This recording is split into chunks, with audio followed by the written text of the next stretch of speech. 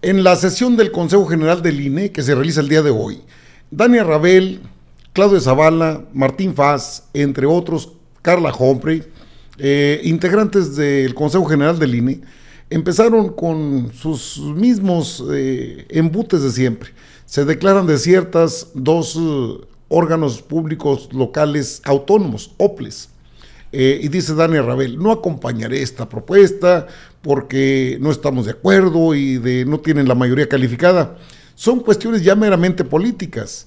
Y a esto respondió el mismo representante, el representante de Morena en el Consejo General, Gutiérrez Luna, Sergio Gutiérrez Luna, y dijo, bueno, como parece que no se ponen de acuerdo y siguen nombrando a personas que tienen una afiliación política con partidos diferentes al nuestro, entonces vamos a hacer que avance la reforma político-electoral para sacarlas ya de la jugada, porque no entienden.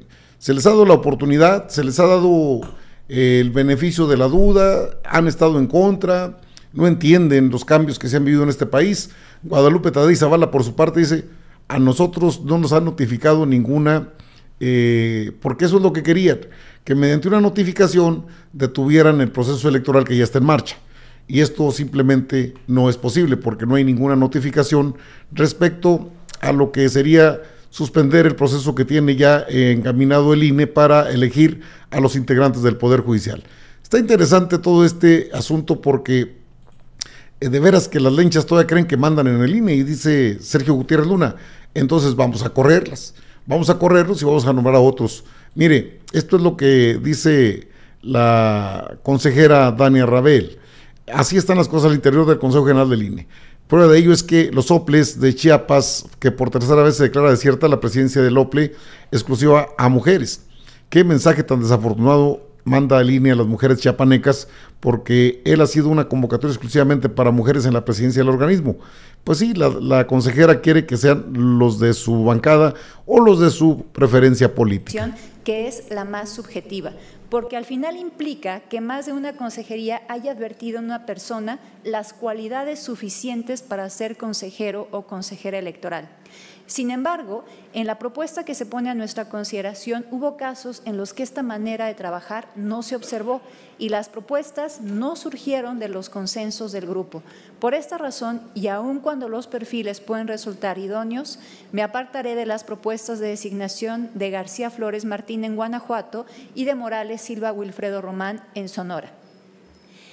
Hay casos en donde se declaraba desierta la convocatoria de consejerías y además se suman también de las presidencias. En este respecto, con relación a las consejerías, quería hacer énfasis en que esta primera propuesta declaratoria de desierto no provenía del hecho de que no hubiera buenos perfiles, sino de que no habíamos llegado al consenso. Me da gusto también que pues, con la propuesta que hace el consejero Faz se denota este esfuerzo que hizo el Consejo General del INE por llegar a consensos y poder hacer designaciones también en esos organismos públicos locales electorales, por lo que únicamente quedarían desiertos las presidencias de Campeche y de Chiapas.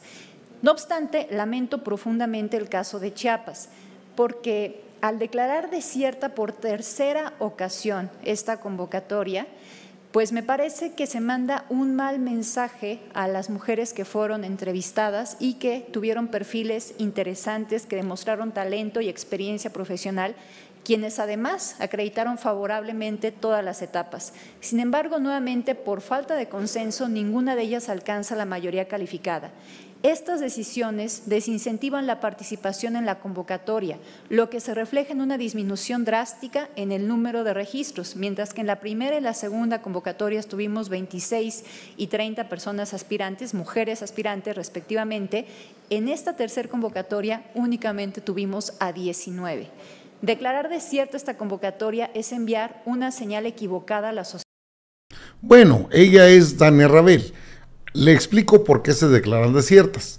Porque ellos son 5 a 6 los integrantes de los grupos, del grupo dentro del INE que están a favor del PRIAN. Ese es todo el problema, que son los émulos, a los que dejó, los consejeros y consejeras que dejó sembradas ahí el mismo Lorenzo Córdoba Vianello, que se les conoce también como los chicos Wondelberg, porque obedecen a esos intereses. El tema no es menor si lo analizamos a la luz de lo que está pasando, porque en el INE está este grupo de poder que se ha enquistado de alguna manera. Está Daniel Rabel, está Carla Humphrey, también está Claudia Zavala. Es decir, ellos están en esa misma, en ese contexto, en contra de cualquier nombramiento que no pase por su presunta mayoría. Y como se requieren 2/3 partes, ellos tampoco las tienen. Si usted hace el cálculo de 2/3 partes de 11, serían 8.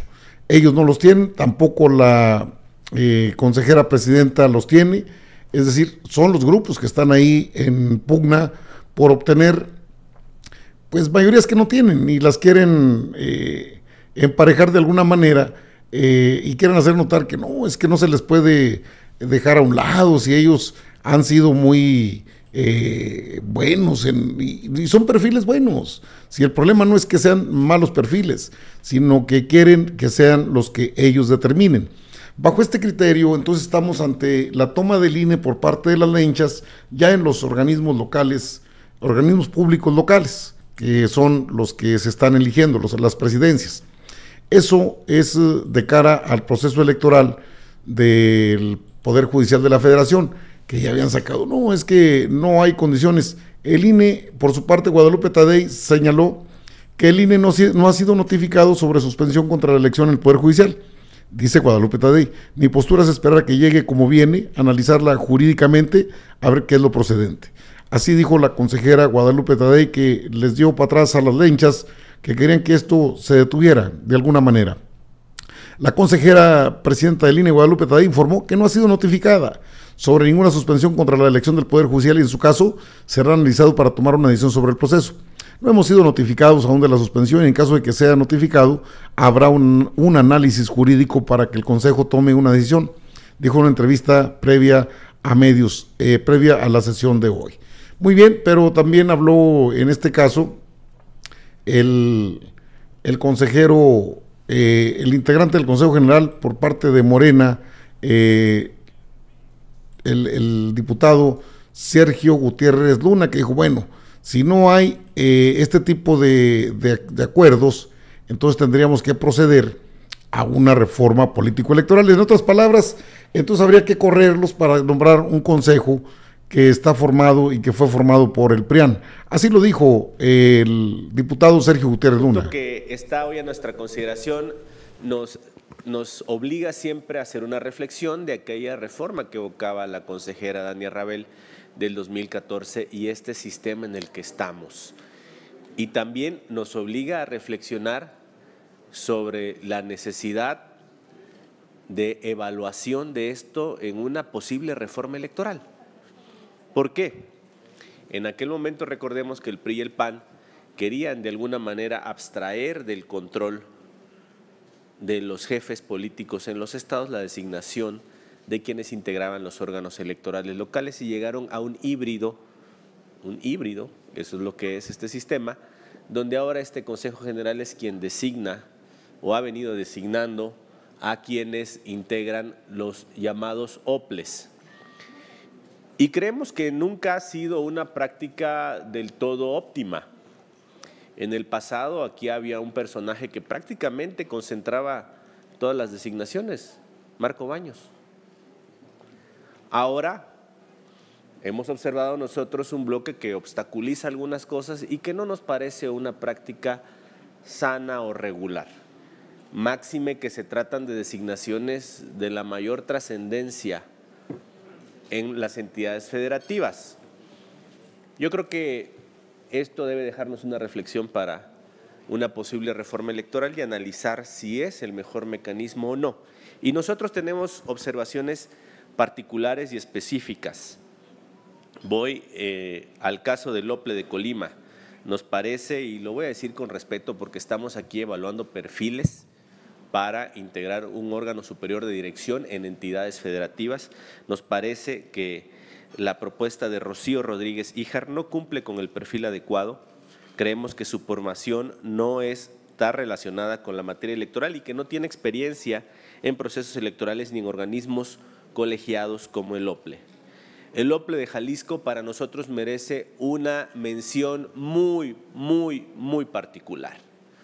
Desde la protección que se le ha dado por algunas consejerías a la presidenta actual de ese OPLE y las propuestas que vemos aquí que reflejan la idea de fortalecer a esa persona que tiene vínculos con el pasado, y nos referimos particularmente al caso de las propuestas de Miriam Guadalupe Gutiérrez Mora, Carlos Javier Aguirre Arias y Melissa Amezcua Yepis. Las tres propuestas tienen vínculos con el Partido Movimiento Ciudadano y algunos presentan posturas públicas contrarias a nuestro partido político. No vemos en ellos un perfil de neutralidad, de objetividad, que puedan hacer un papel de neutralidad para conducir un proceso electoral en una entidad donde hemos tenido un histórico de conflictos justamente atribuibles a la autoridad electoral.